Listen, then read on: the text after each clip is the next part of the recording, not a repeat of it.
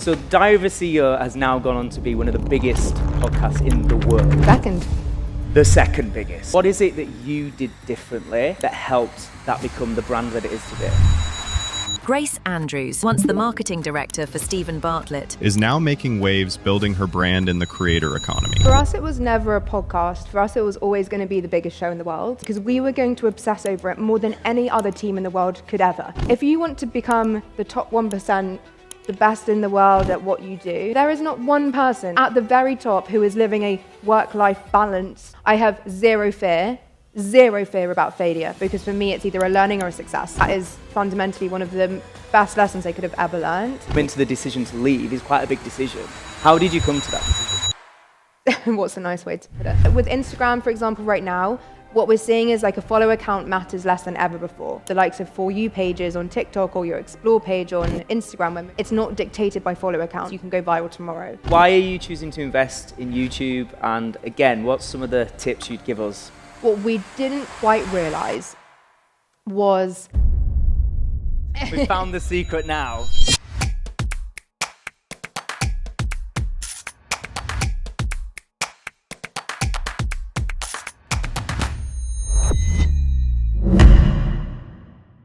Welcome to the madness. I have a terrifyingly big photo of my face that It's I can quite see big. in my periphery. And I'll let you know it's here for the whole chat.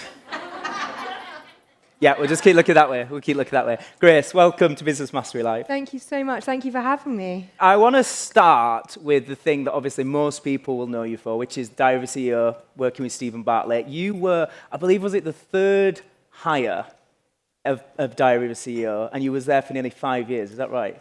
Done some good research. Oh, yeah.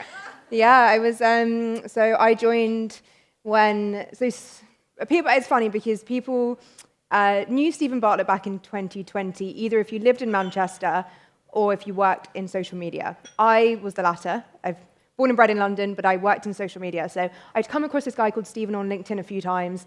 I was progressing in sort of my freelance career. I actually studied journalism, but we don't need to go back into all of that. I found journalism very depressing, so I moved into social media. And I saw this post go up on LinkedIn, and it was Stephen Bartlett on LinkedIn, and he was like, looking for a social media manager for my own brand. And I sat there thinking, I wasn't in the market for a job, I was loving freelancing, I had these amazing clients, I was just like, finally felt like I was thriving in my career, and then I saw this post and I was like, if I'm going to learn from anyone in this space, it's probably going to be this guy. So I didn't know too much about him, but I just dropped the application in the same way everyone else did. And yeah, 2 weeks later, I was let all my clients go, was in the office, was being told about this new podcast he wanted to start called The Diary of a CEO. And yeah, it was just me, the producer, Jack, who's still there, executive director, and Steve. Do you know why you picked you? I don't know the reason.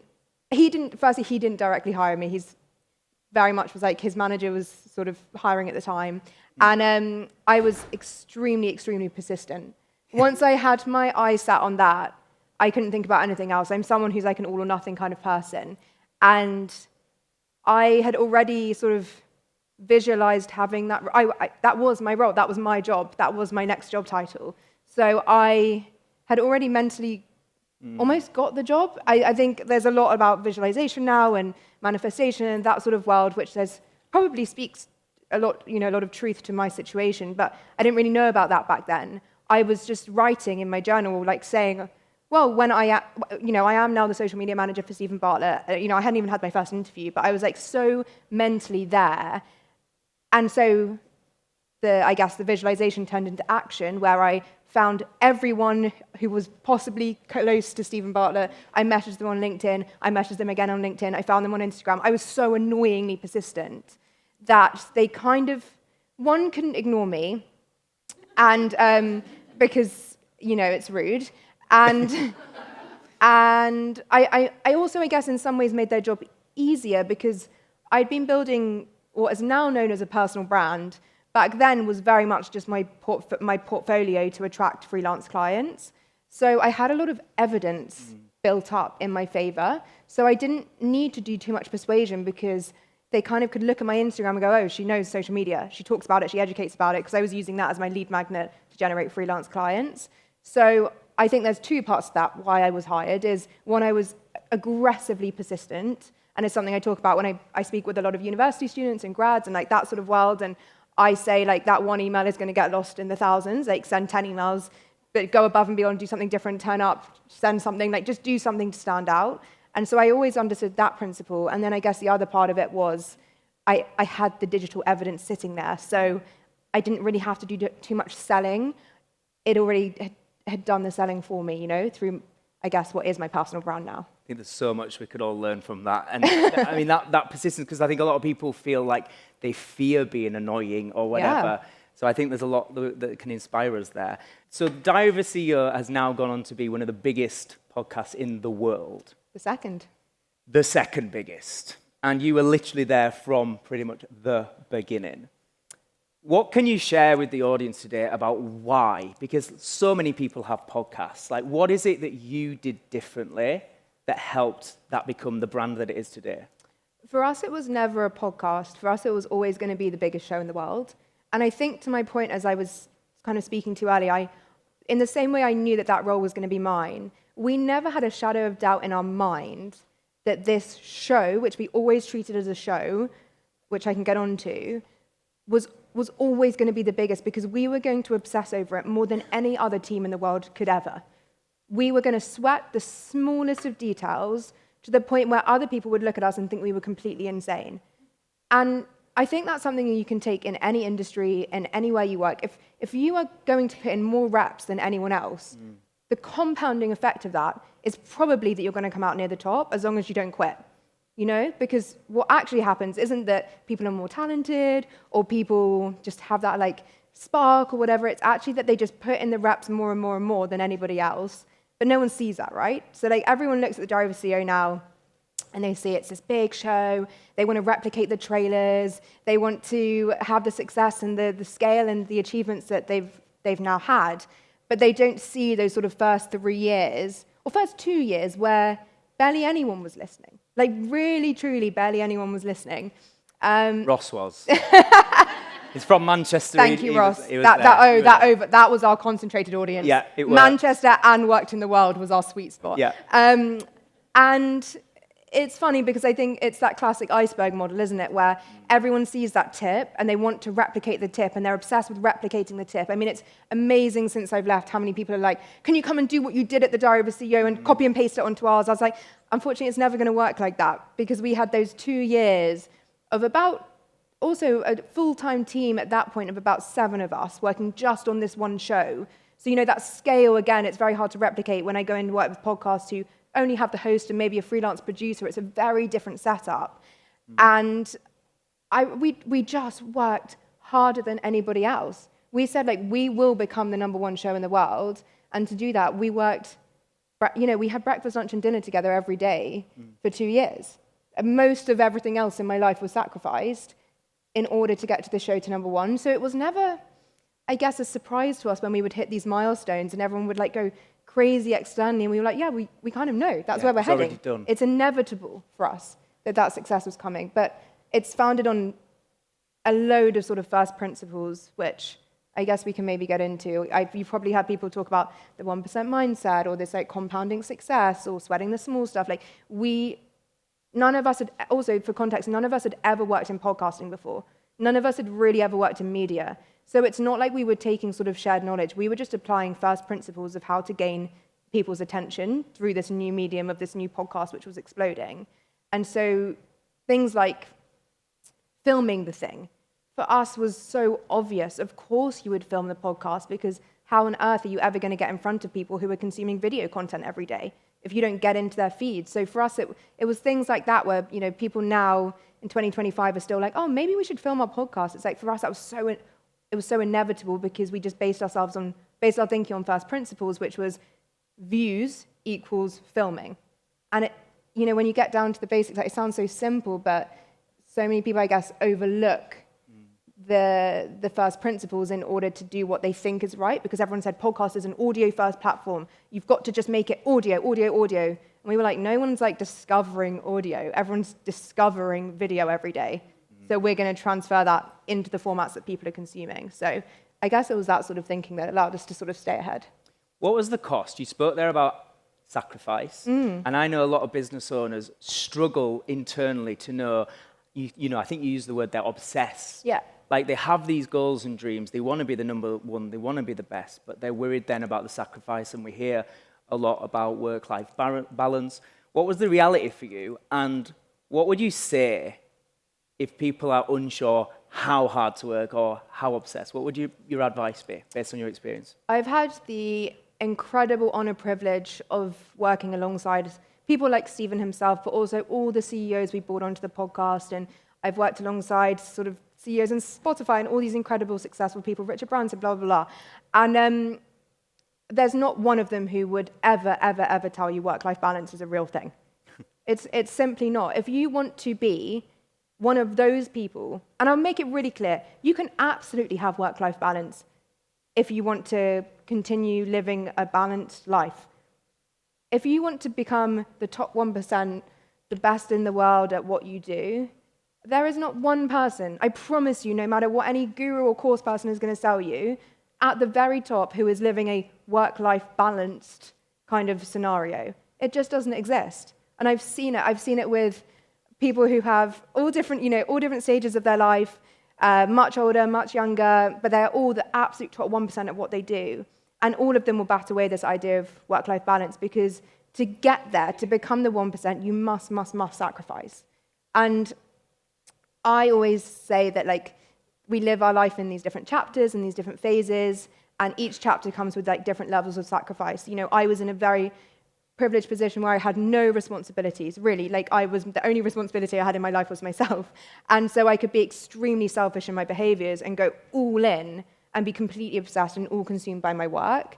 And I saw, people at different stages of their lives who had to sort of retract a little bit and then give back a little bit. And I think it's a constant give and take. And rather than thinking about work-life balance, which I've always found incredibly jarring, because it suggests that work is one thing and the entire rest of your life is another thing, and that you have to weigh them up against each other.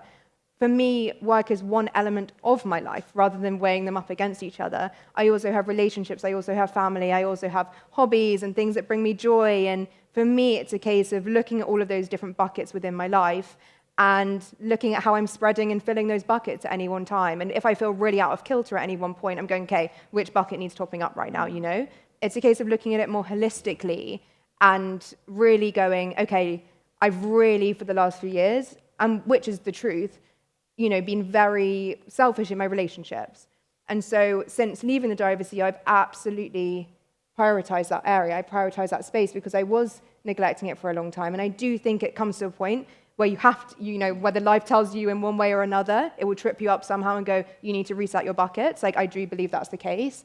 But I love what you said, because I speak a lot about it being seasons. And I think it's having the self-awareness to know what season am I in right now. I also spoke to Dr. Aria, that I know was a guest. It was amazing. Really early guest, who was on Diary of a CEO. And I always remember him saying, we don't have to call it sacrifice, it's just a choice. By understanding every choice you make has an upside and a downside, and as long as you're clear and comfortable with that, you don't have to call it a sacrifice. Because it comes with that connotation, I'm saying yes to this, but I'm saying no to my friends. Well, no, you're just choosing this. You're saying yes to this. And then there will also be opportunities to say yes to friends, maybe in another season, and things like that. And I think that can be useful when you're weighing it up in your mind. So all those years and that real intense workload, working closely with Stephen, the team, the guests that you brought on, and so on.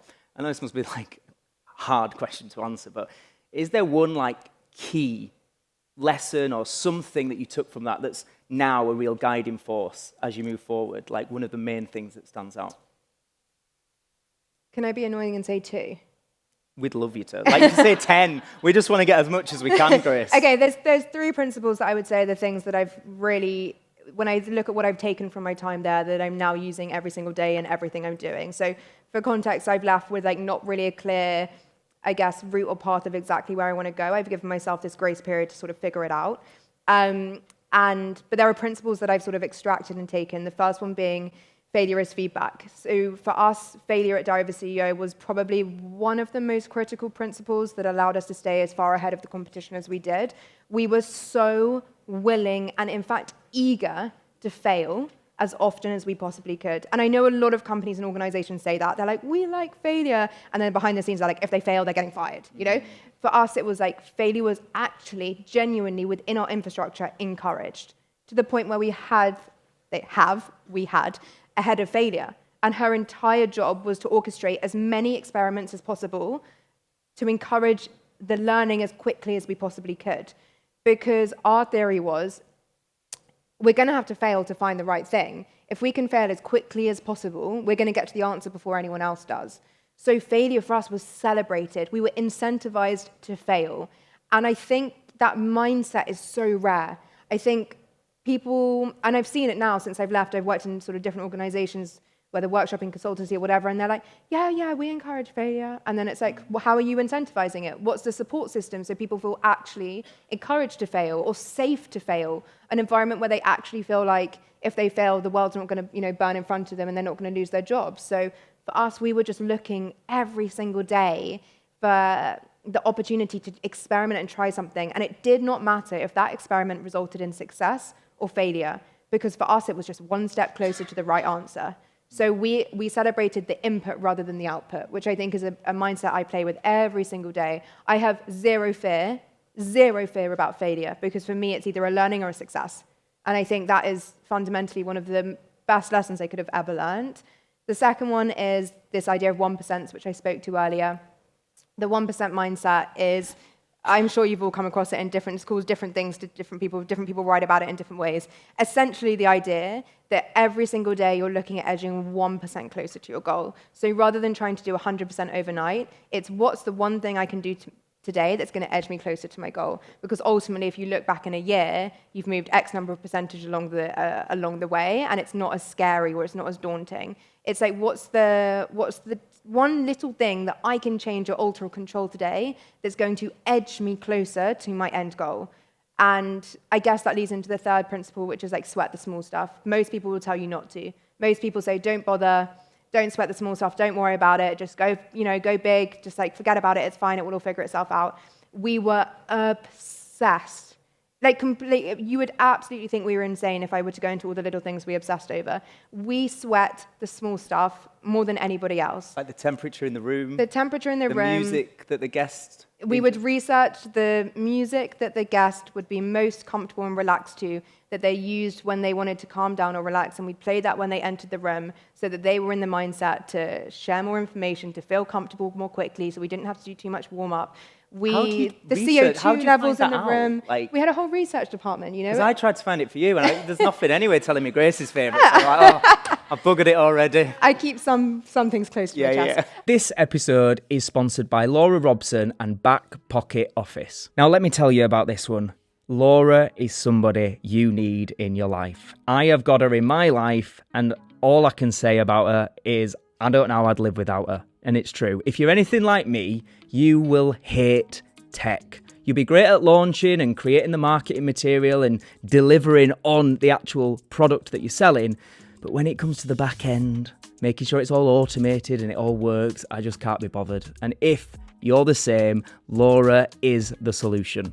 Laura is a systems strategist, and she's also a certified launch and funnel specialist. And if you are a service provider, if you're a coach, consultant, any kind of online business that provides some kind of online service, then Laura is there to help sort out all your funnels and systems for you. With over 14 years experience, she's somebody who's going to get you solutions quick. She's easy to speak to, very approachable, and just really friendly and nice, basically. So if you are ready to get your systems and your funnels all sorted for you and work with one of the best in the business, go check out backpocketoffice.co.uk and connect with Laura on socials. The links are literally right below this episode in the show notes. Go click it, and I mean this. Go and do it now. You will not regret it. I think, we had a whole research department and they were phenomenal. They do research calls in the same way you would if you were going on a Piers Morgan interview, They would interview the mum, the dad, the sister, the girlfriend, the brother. They would do all these research calls before they'd find out all of the information that the person would sit in the chair and be like, how did you find that out about me? Like almost a bit terrified. And, Steve would present them with photos, and it just created this depth of conversation that nobody could compete with. But we did so, we had this whole vehicle made with Mercedes that was the driver CEO vehicle that we would pick up our guests in very specifically. So the experience started, we were controlling all of the sort of different environmental factors from the minute they were picked up, wherever they were picked up from. And there were messages in there were gifts in there. We controlled as much as we possibly could from the minute they were in our care to the minute they left. And I mean, we controlled the CO2 levels in the road. You would think we were crazy. But that's how you get your guests to cry, right? That's what we found the secret now, how they break the toughest people. But I mean, people would look at what you were doing there, Grace, and they'd be like, that's the dream. Like, what an amazing life, job, and position you're in. I imagine then coming to the decision to leave is quite a big decision. How did you come to that decision? It's very hard spending every single day around incredible, creative entrepreneurs who are building the most incredible, exciting tech, service, consumer product, everything, and not get the itch to want to do it yourself. I remember I was in a taxi a few years ago and got chatting with him, and they'd always, you work for the Diary of a CEO, you'd have a good conversation. And he was like, well, surely you're going to go and do your own thing. And I was like, what do you mean? Of course I'm not going to. Where would I possibly go? This is the best place in the entire world. How could I go and ever leave and do it? I don't want to be an entrepreneur. I've seen how hard it is. I'm not interested in that. I want to be behind the scenes. I want to be part of the team. And then that switch happens, and you go, oh, actually, I do think I want to be the girl who builds something, and I do want to create something for myself. And I thought, I've been blessed with this crazy opportunity where I've been able to absorb, either via osmosis or by learning or whatever it was, insight, knowledge, wisdom, experience that most people pay a lot of money to be exposed to. And I thought it'd be a real shame if I didn't sort of act on that. At the same time, I'd been encouraged within work directly by Steve to build my personal brand. And essentially what happened is my last week at work, we work in the office 5 days a week. I was in every single day, but I also delivered 4 talks in person that week. So I was doing 2 jobs. I was living 2 lives, and I saw this opportunity where the speaking, the content, the creative, the personal brand had given me this opportunity to go and have this grace period and this grace, pardon the pun, to figure it out. And I was also we had really honest conversations at work, which I'm very grateful for. And they said, I think you've got to go for it. You've got to go and seize this opportunity. And they're like, we'll always be here. I'm very much still involved. You can't, once you're part of that cult, you can't get away. But I think it's a really interesting time for employee brands, personal brands. And I think I almost am a case study for what we're starting to see happen within businesses now, where employee brands are encouraged to be built, but the downside to that is the likelihood is that, if they're any good at it, their brand will get so big that they will probably leave. But the reality is your A players, your best people are probably going to leave anyway. So you might as well get them on board and allow them to become an ambassador for your brand during that time that you do have them. So it's a really interesting time. So let's talk about being a creator entrepreneur and this kind of space that you're now operating in. People are not sure what that actually is. Do you want to just tell people what that is and kind of what the main things are that you're doing now? Yeah, so I guess this term creator entrepreneur is quite new, because what we've seen for the last 10 years within the creator economy is this emergence of the influencer. And the influencer was someone who shared content in exchange for monetization, right? So they would share links, brand deals, affiliate, all of that sort of thing. Very transactional. They'd be used essentially to reach the audience that they'd created through their content. And that was how they monetized. So this influencer blew up, and everybody sort of left their jobs to become an influencer. And there's a stat that came out with the IAB last week, that 1 in 3 people in the UK are now considering themselves like a creator or an influencer, which is just this huge, crazy phenomenon. And what we've seen in that sort of industry, in that space, is people become very tired of being influenced. So the demand for influencers in this, it's just not the same as what it used to be. So whether you've built an audience of 100,000, a million, 10 million, the saturation within that space and the fatigue audience are feeling towards influencers mean that the demand is shifting. And what we're seeing in this shift is the emergence of the creator entrepreneur. So what's the difference between an influencer and a creator entrepreneur? An influencer, as I said, is very transactional. So it's a case of, hi, we would like you to sell X number of products. Can you post 2 pieces of content? Yes, deal done. It's very superficial. It's very transactional. And it serves a means to an end. So the content is designed to sell or to convert something. The idea of a creator entrepreneur is that, yes, they might still work with brand partners, but it's in a completely different capacity. So we're seeing the likes of Alex Earl who's one of the biggest influencers or creators in the US, one of the biggest people on TikTok, being given equity within Poppy, which then went on to sell for $2 billion to Pepsi last year. We're seeing Anna Archer, who's a running influencer from London, being given equity in Runner, the app, which then went on to be acquired by Strava this year. And it's much more about embedding the creators into long-term brand partnerships where they have equity and real stakes within a business, because the business actually understands that influence can push the needle far greater or move the needle far more than a transactional link in their stories or a sale. They actually have the power to influence at scale the ultimate sale price of the business if you bring them on board, bring them behind the scenes, and allow them to dictate and communicate how the brand dictates itself on social media, for example. So we're seeing a massive shift of how influencer marketing is working. And in that same way, these influencers who previously were getting all these brand deals through and it was, the heyday of influencer marketing, are also realizing that they've built an audience that they can monetize themselves without needing the third party of a brand or a business. So they're going, okay, I built this audience who are very engaged with me and they're very interested in me. What can I build as a product or a business myself that I can sell directly to my audience that doesn't need to be sponsored by a third party? They have control back. So that's the difference between, I guess, an influencer and a creator entrepreneur. A creator entrepreneur is someone who is building audience first, or they have built audience first, and they're creating product second to sell to the audience they've created. It's why we're seeing this absolute boom in creator-led businesses and celebrity-led brands, because what they've done for the last few years, or what they're doing, is building an incredibly dedicated, high-trust, high-loyalty, engaged audience, and they're now figuring what the product fit is going to be to sell to them. So previously, we would have seen businesses be built that it would be product first, audience second. I'm building audience first. Whilst I figure out what the product is, I'm going to sell to my audience. So I'm building audience on Instagram, LinkedIn, and more recently YouTube, which I absolutely am obsessed with. And for me, it's build the audience first and let the product follow.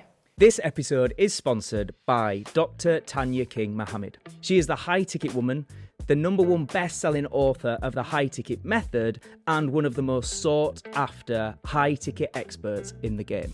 Basically, if you are an entrepreneur who is serious about scaling their business, you need to grab a copy of her book right now. Literally, I have read it and it is a game changer. It will blow your flipping mind. Tania is the mentor that the entrepreneurs call once they are finished playing small and are ready to start charging their worth. Working with Tania is all about creating consistent high-ticket sales and doing it in a way where you can create a freedom level income without the constant hustle and grind like a lot of the other mentors bang on about. If you're listening to this show, you already know you're somebody that's meant for more and is willing to go and work for it. So basically, you need to get into Tania's world. Go and grab a copy of her book right now on Amazon and make sure you give her a cheeky little follow on Instagram. She is at Freedom with Tania and she's consistently giving strategies, tips and advice over there for free so you can start charging your worth and actually starting to believe in it. So when it comes to building that audience and building that relationship with the audience and using things like Instagram, what are some of the tips you could give us in terms of what's working and what's not? I think there's a lot of things not working right now on Instagram. And I wouldn't let that, I guess, like reduce your love for the platform or like stop, but like algorithms come and go, right? Like there's always things in the algorithm. There's new features. There's new things to try. Adam Mosseri, head of Instagram, is constantly introducing new features and tweaks, and they're being led by user behavior. So what we're about to see be introduced is the menu bar at the bottom is about to completely be rearranged again, which will, of course, create this huge backlash, and then everyone will get on board very quickly, where it's all going to be prioritizing Reels and DMs because they found that that's where their audience is spending the most time. What was the thing they did the other day with the little video? So that's nothing to do with Instagram. That's like a stupid trend that someone just created, which was? no one could see, and it was very frustrating. Has it gone now? It's gone, flash in the pan. These things always are. And I feel that just on that note, like I would say, if you're a brand owner, you don't always have to jump on every single trend that comes your way. Like, please don't. Please, people see straight through it, and really you should only be leaning into trends if they feel very aligned with your audience and where you want to go. It makes you gimmicky, doesn't it? If you're just jumping on everything, you lose trust, right? And I think, so with Instagram, for example, right now, what we're seeing is like a follower count matters less than ever before. So probably the last metric you should be measuring as a means of a KPI or success is your follower count. Because what we're seeing with the likes of For You pages on TikTok or your Explore page on Instagram, where most people are spending their time, it's not dictated by follower count. So it actually doesn't matter if you've got 0 followers or 1 million followers, you can go viral tomorrow. So follower count has become less meaningful than ever before. It's why influencers are also sort of dying on this hill to some degree, not the market, not the whole industry for sure, but the way we've worked with influencers in the past, because a follower count did used to dictate the potential ROI of the campaign, whereas now a follower count is almost futile. So I would say when it comes to Instagram, yes, there are going to be waves of algorithm changes, and we're definitely going through one now where engagement is at like an all-time low. You've got to get super, super clear on what you're doing on that platform and who you're trying to speak to, and then set your KPIs and measurements of success up via that goal. Because ultimately, if you're trying to convert, I don't know, 3 new clients a month or whatever it is, 3 new clients a quarter, you need 3 people. You don't need 500,000 people viewing your reels. You don't need 400,000 people following you. You need to reach those right 3 people. So I would be obsessing over how to get in front of that audience. And it's also worth saying, like, Instagram might not be your best platform to do that. Instagram is one of many free social media marketing tools that we can take advantage of. Do you know the number 1 still most used social media app? Facebook. So we're very quick to sort of jump on the platforms that everyone says we need to be on. We need to be on TikTok. We need to be on Instagram. All this new platforms emerging. We need to be the first people on there. Please be dictated by your audience, not by like your desires for where you want to show up and your goals. So I'm very aware that with lots of people I'm working with, they're all really struggling with engagement right now. And yes, I could give you a formula for like a viral reel. It's not going to serve you, because the reality is virality is going to bring a load of eyeballs in, and probably none of them are going to be relevant for your end goal, which is a conversion to a paying consumer. So I think it's really important that we just get really clear on what we're trying to achieve on this platform as a marketing tool. Let's remember, we always drop the marketing part of social media. We're like, oh, we're on social media. It's social media marketing. It is a marketing platform. Whether we like it or not, we're being sold to the minute we go on these apps. So you've got to get really clear on who you're marketing to and why you're marketing to them, and please set up your metrics of measurement based on that. Because anything like a follower or a like, they're just vanity metrics. They're just serving the ego. They're not serving the business, I can assure you. Why have you chosen to go down the YouTube route? I know you've recently started a vlog, and it's like every single week, and they're quite long, right? They're like 40-odd minutes, an hour long. Yeah, my poor editor. So it's a lot, right? So why are you choosing to invest in YouTube? And again, what's some of the tips you'd give us? Yeah, I guess.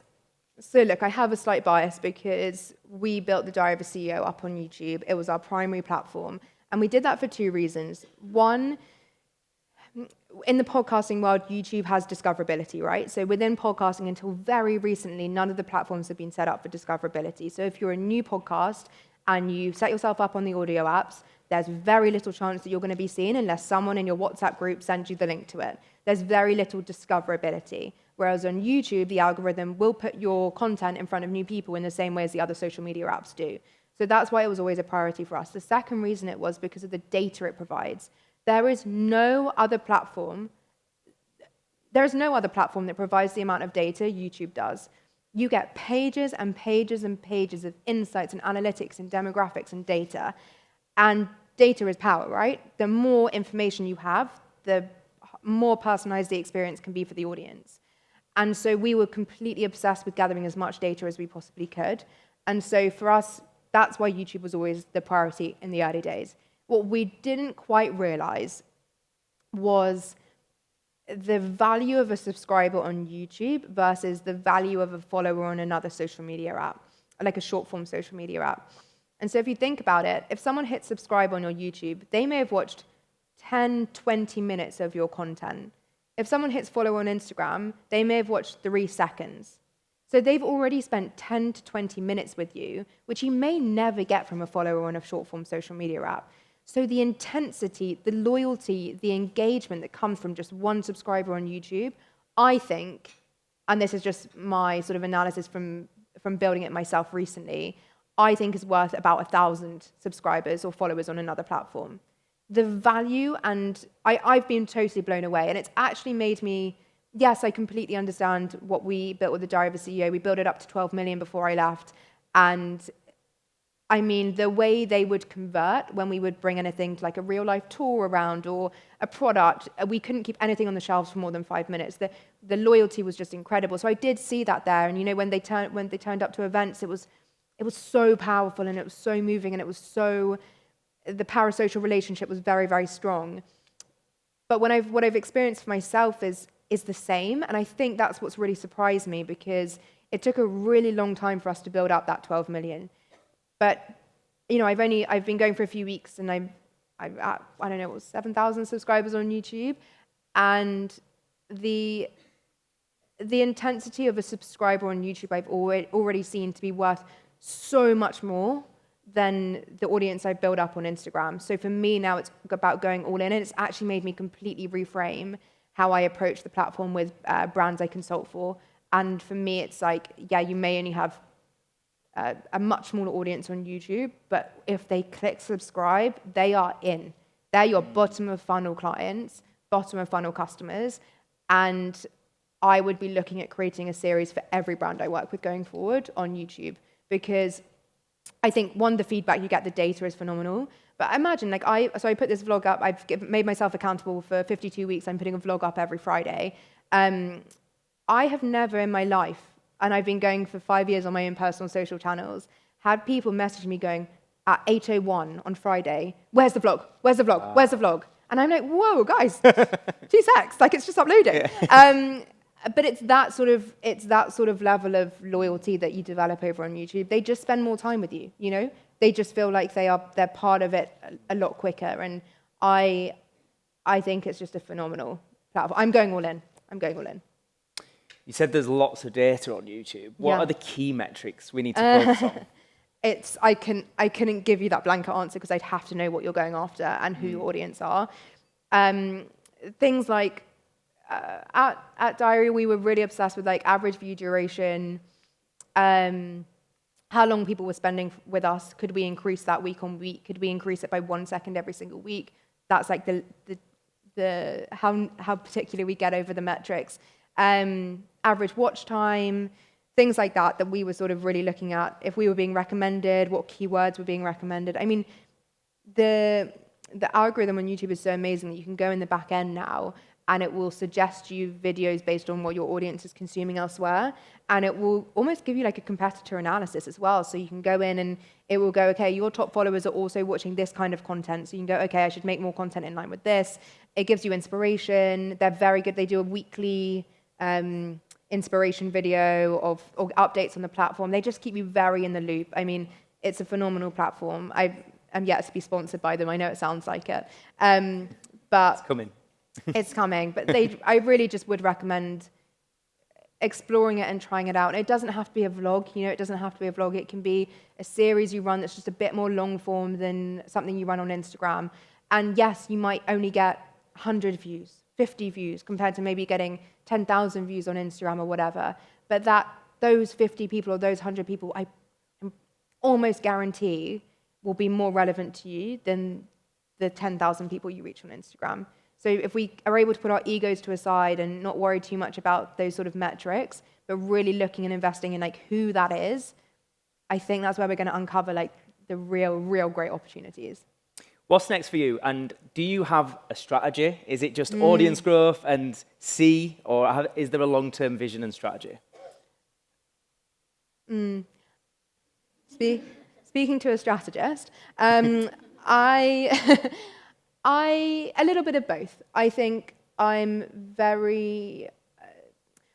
there's a lot of things that have come my way in recent years that if I hadn't been just open to opportunity, they wouldn't have landed in my lap. And if I tried to be strategic and plan too much, I wouldn't have been so open to the opportunities that presented themselves to me.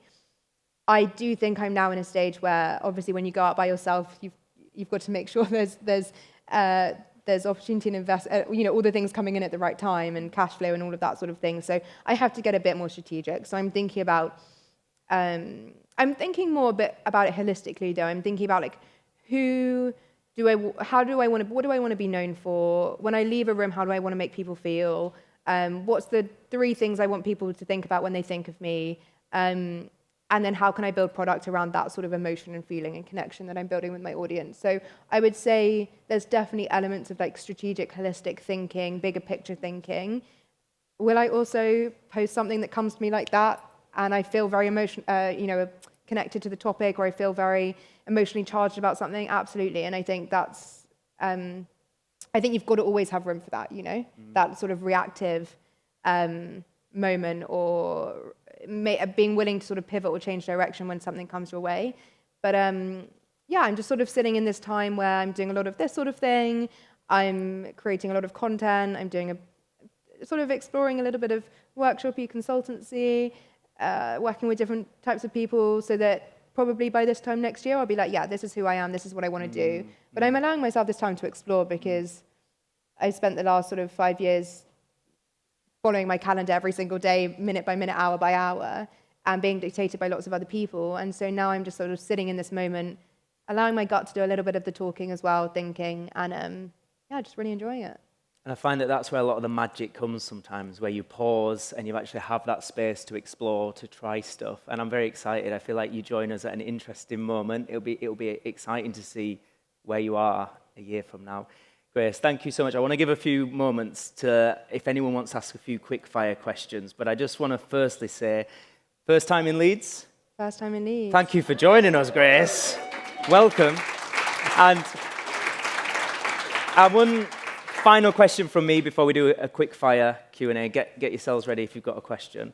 The final question that I always ask guests on my podcast is, Grace, what is your personal definition of success?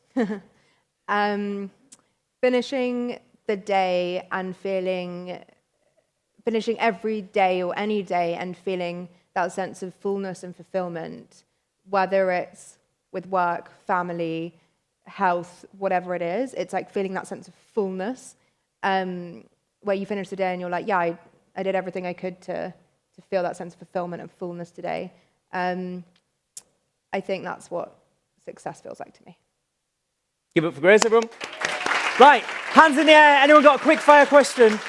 We've literally got a couple of minutes if anyone wants to ask. Right, Helen, it's over to you. Where's my bloody mic? Right, here we go. I've got to be doing everything now. Am I on, Darren? Turn me on, Darren. Right, here we go. Helen, over to you. I'm just going to say, will you come back in a year and tell us how you get on? Yeah, if you'll have me. You have a back. Just watch her vlog, she'll tell you. Anyone else, any quick questions? Ross, come on, this is your moment, man. No, all I was going to say, Grace, is you said that, and I completely agree with you, everyone that you saw who was a CEO who had like achieved really, really big stuff had found there was no balance in terms of like they'd just gone all in on that thing and they'd made sacrifice. Is there any other, was like any other universal attributes you just felt across the board these people had?